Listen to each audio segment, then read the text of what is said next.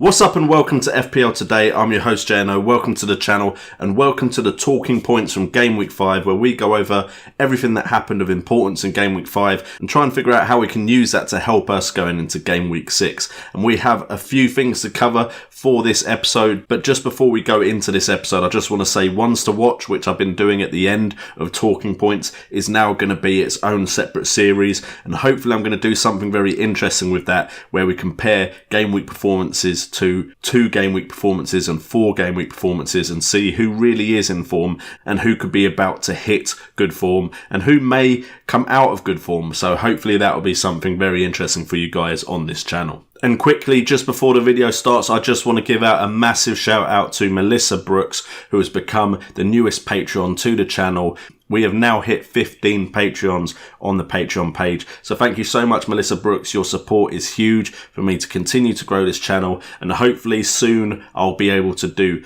newer and better content with all of this support that you and all the other Patrons are giving me. So thank you so much. It's much appreciated. And if you're interested in becoming a Patreon yourself watching this video, please check out the link in the description. But into the talking points, and the first thing I want to talk about is in Hazard's shadow, where we discuss the ongoing issue with Mo Salah or no Salah, as well as Mane being outperformed by Hazard in Game Week 5. Those of you that brought in Hazard or captained him were very, very happy with yourselves. Fortunately, I brought him in as well, but didn't give him the captain's armband, and he outshone Salah and Mane significantly with FPL points. Hazard went and scored himself a hat-trick, which vindicated all of those that picked him over Mane or Salah, or went with Mane and Hazard as their options. However, the underlying stats showed that Mohamed Salah and Sadio Mane could have come away with big points in the game against Tottenham Hotspurs, and Liverpool should have scored more in that game.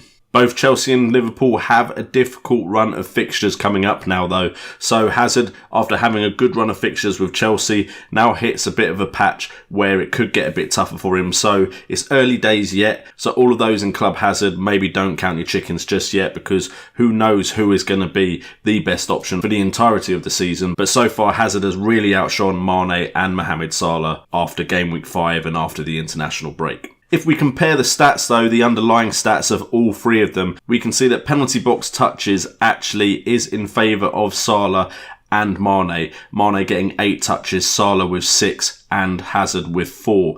Attempts as well is very equal between all of them. Mane actually getting 5 attempts and the other 2 getting 4. And shots from inside very equal as well. And shots on target, Salah getting 2 to Mane and Hazard's 3. Where Hazard was better in the underlying stats was big chances, as he had 2 big chances to Salah's 1 and Mane's 0.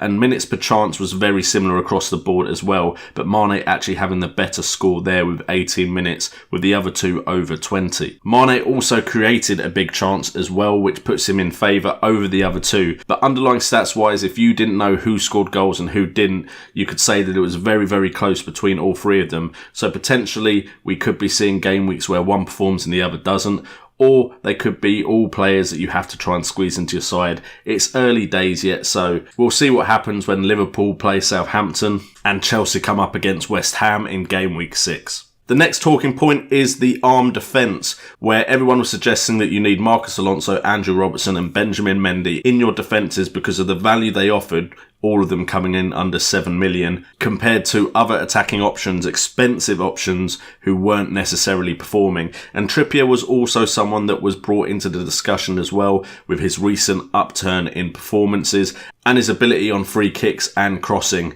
And then Game Week 5 came along and none of them managed to get any returns. None of them getting a clean sheet. None of them getting attacking returns. And Benjamin Mendy not even in the Manchester City squad. Alonso did come out on the underlying stats looking best off, but Andrew Robertson and Kieran Trippier, you could argue, had the tougher fixture for them to actually get attacking returns in. Benjamin Mendy, it turns out, had an injury, but should hopefully not be a long-term injury. But a lot of owners were left disappointed after spending 12 to 18 million on 3 defenders. To just show how bad it potentially is though, off of this game week alone, and just don't take this one game week as set in stone. This is how it's going to be in the future, because all of them have had much better performances. Macros Alonso at 6.8 million game week 5 got 2 points from 1 penalty area touch, 1 attempt on goal and 3 chances created. Andrew Robertson 6.1 million got 2 points, only 1 chance created.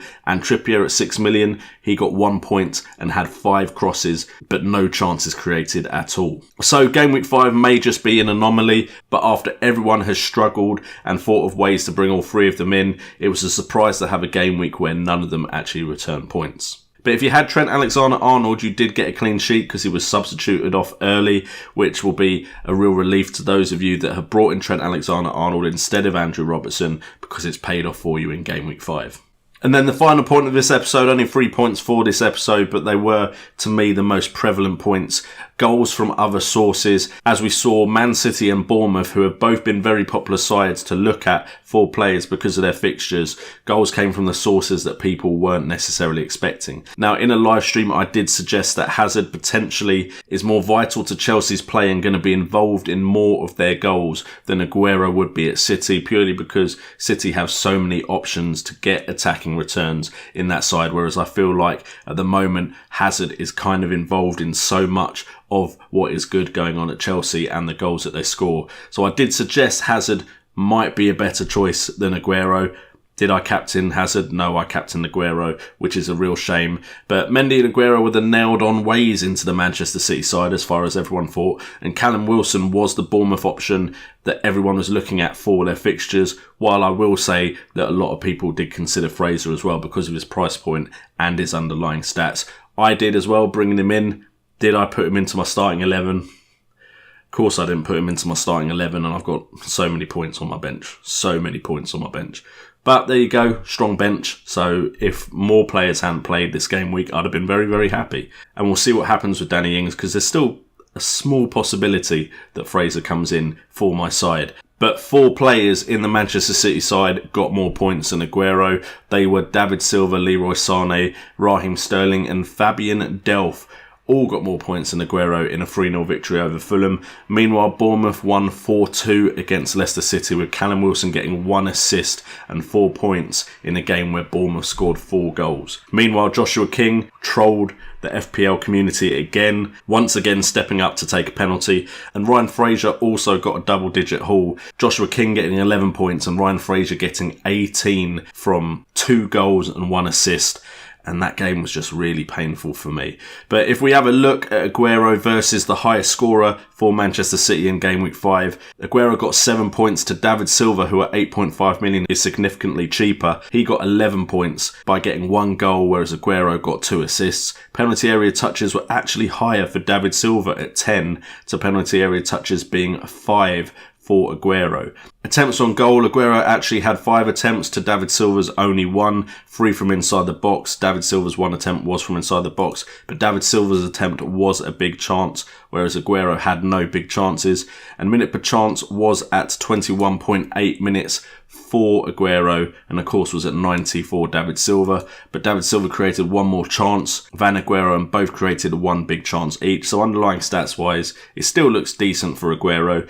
We're just going to have to be a bit more patient with him if we're waiting for those returns. Hopefully not too patient. And then Callum Wilson at 6.3 million against Ryan Fraser at 5.6. Not a massive price difference, but still a price difference nonetheless. 18 points to 4, 2 goals and 1 assist to 1 assist. 4 penalty area touches for Fraser, only 2 for Wilson. 2 attempts each, 2 from inside the box each. 2 on target for Fraser, none on target for Callum Wilson. Minutes per chance was very similar, and chances created and big chances created were very similar, but Callum Wilson actually getting 1 more big chance created than Ryan Fraser. Just Ryan Fraser had one of those games where he seemed unstoppable and did a lot with the chances he had.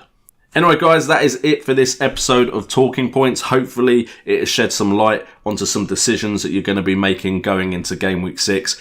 If you've enjoyed this video, please consider hitting that like button. And of course, if you want FPL content in your subscription box, hit that subscribe button, hit that notification bell, which lets you know when my videos go live and when I live stream. Hopefully I'm going to try and live stream on Monday as well to talk about more than just these 3 talking points. And we should be getting a My Team episode out hopefully Tuesday or Wednesday, and the Ones to Watch video, as well as, and I know I'm overloading you with information, an FPL Wildcat stream hopefully Tuesday night as well. So stay tuned for all of that. I've been JNO, this has been FPL Today, and remember, it's all about the game.